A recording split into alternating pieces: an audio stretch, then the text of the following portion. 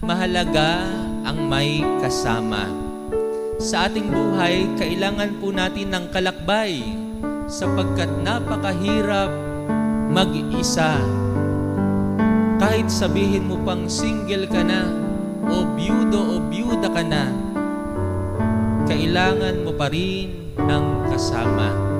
Kasama na mapagsasabihan mo ng iyong problema at mga pangarap. Kasama na mapagkukwentuhan mo ng iyong tagumpay at kabiguan.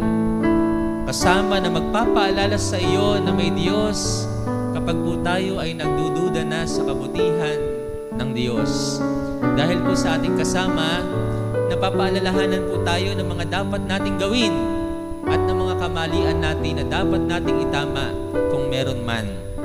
At sino po ang unang taong sumama sa iyo? Walang iba kundi ang ating mga magulang.